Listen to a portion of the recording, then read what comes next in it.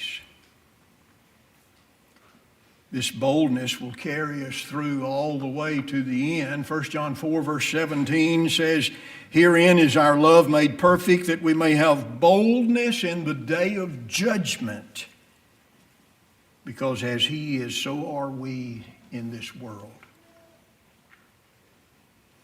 I don't know if one of the guys there sent out a little lesson on the subject of boldness, and honestly, it helped me a lot in thinking in this direction. But he pointed to something that happened just in the last week. Everybody's heard about the football player who suffered cardiac. Not sure what is little few seconds of footage from ESPN where one of the sports commentators actually prayed there on camera as he said, "With my head bowed and with my eyes closed." And he prayed there for that injured player. I don't know anything at all about the gentleman, the commentator, watcher of ESPN. I know a lot of you are. But the very idea that he would lead a prayer there on national TV coverage did my heart good. It also made me wonder about all of those times when I haven't quite been bold enough to say what needed to be said in a particular situation. The times when I didn't have the boldness to make as strong an impression as I should have. Now, don't misunderstand me. I'm not, there are a lot of people who think that bold means open your mouth, I'm going to ram my Bible all the way down through it. That's not boldness. That's not what boldness is all about. In fact, one of the points that Corey made in his email when he sent it out from Bear Valley is the fact that boldness is not confrontational. It doesn't have to be confrontational to be boldness. There are some settings where boldness is confrontational. I don't believe that's the boldness that the Bible encourages us to have.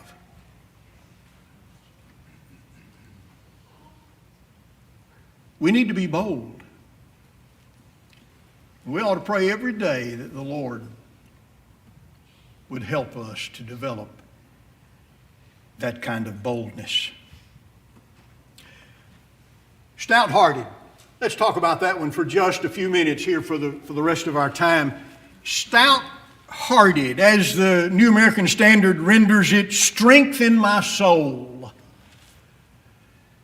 Let's understand, of course, that God sometimes will change circumstances around His people in order to benefit those who are His.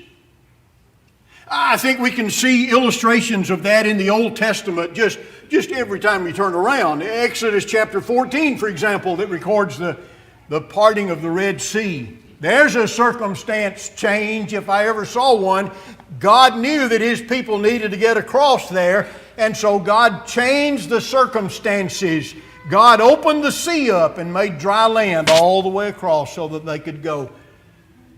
You don't have to go very far at all before you find several other illustrations. Joshua chapter 6, of course, tells about the collapsing of the walls of the city of Jericho only after God's people had obeyed His command to march around for a prescribed number of times and days and do exactly the things that God said, and God caused those walls to crumble. Again, there's a situation where God altered the circumstances in a very physical way. God's people needed to conquer this city, and so God caused the walls to collapse, and they were able to overcome. 1 Kings chapter 18, where we read about Elijah's victory on Mount Carmel over the 450 prophets of Baal and a number of other false prophets as well, when God caused fire to come down from heaven and to lap up all of that water that was there around the altar. 2 Kings chapter 18, where we read about 185,000 Assyrians being killed by the angel of the Lord. No other details are available. Sorry about that. Wouldn't that be an interesting story to hear all about? God altered the circumstances in order to benefit His people. But you know, sometimes God leaves the circumstances unchanged. Even the circumstances of our lives and circumstances around us. I believe that God still does alter circumstances through His providence, His involvement in the natural world, through His providential care. But, you know, there are some obvious times when God doesn't cause things to change that we may pray about or ask about. He may not always heal that sickness. He may not see fit to send us a windfall that we need so desperately to keep things going. He might not intervene and stay that calamity, whether it's a flood or an earthquake or a tornado. God's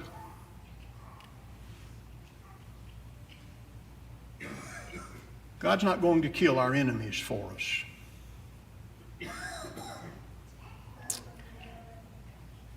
But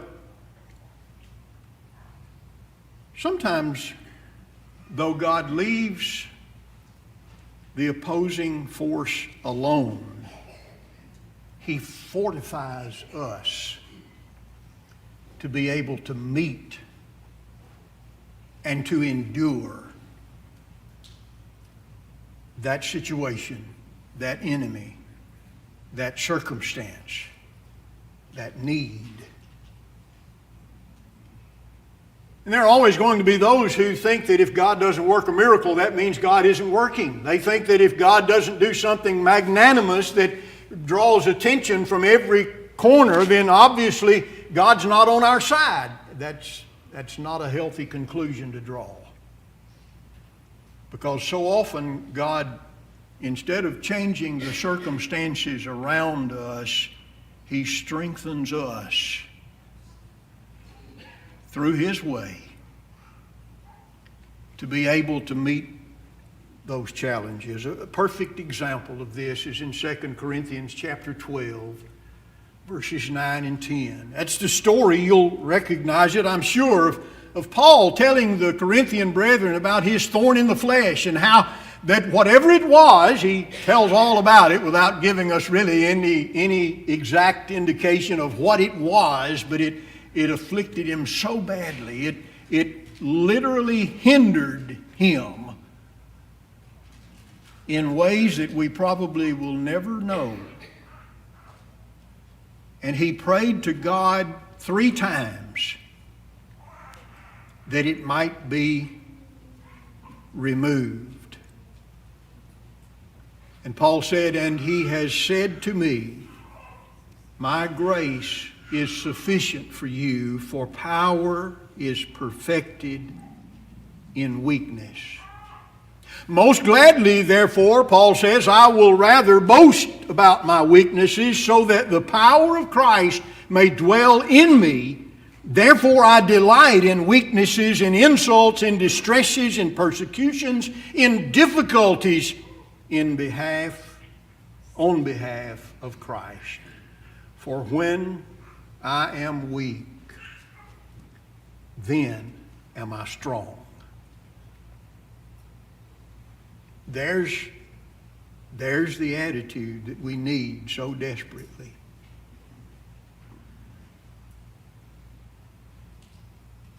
But in all possibility, in all likelihood, we may be a little bit offended when someone says we need to delight in weaknesses, in insults, in distresses, in persecutions, in difficulties on behalf of Christ.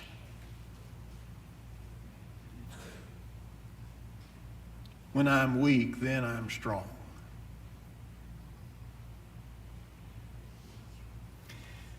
We need to be more receptive to God's strengthening. We need to be more stout-hearted. We need to let Him make us more stout-hearted. In Isaiah chapter 41, verse 10, God said, "Fear not, I'm with you. Do not be dismayed, for I'm your God. I will strengthen you. I will help you. I will uphold you with my righteous right hand." Do you know where that right hand is? It's right there at the end of those everlasting arms. Isn't it? I will uphold you with my righteous right hand. Leaning, safe and secure from all alarms. Leaning on the everlasting arms.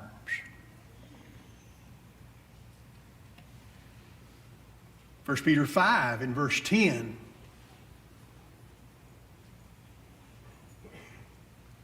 There's an interesting thing about this particular passage. At a time when most of us want to hear God say, "I'm going to keep all that off of you. I'm going to keep you from having to suffer. I'm going to bring an end to that difficulty that you have." Incidentally, this verse, verse 10, well, you figure it out. It comes a couple of verses after verse 8. You know what verse 8 says. 1 Peter 5, verse 8. "Be sober, be watchful. Your adversary, the devil, as a roaring lion, walketh about, seeking whom he may devour." Verse 9, "Whom steadfastly resist in the faith, knowing that the same afflictions are accomplished in your brethren that are in the world." In other words, you're not the only one here, brother or sister. You're one of many. And then he says in verse 10, "But after that you have suffered a little while,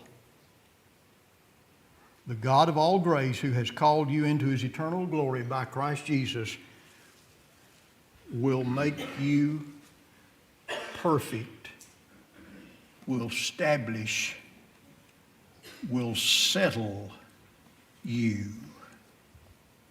The NIV renders that, "will restore you and make you strong, firm, and steadfast." No false hope here. None of this idea of, well, you know, if I serve God, I won't have to go through any difficulties. If I serve God, I won't ever see persecution. If I'm faithful to Jesus, I won't ever have any problems. No, he says, "And after you have suffered for a while,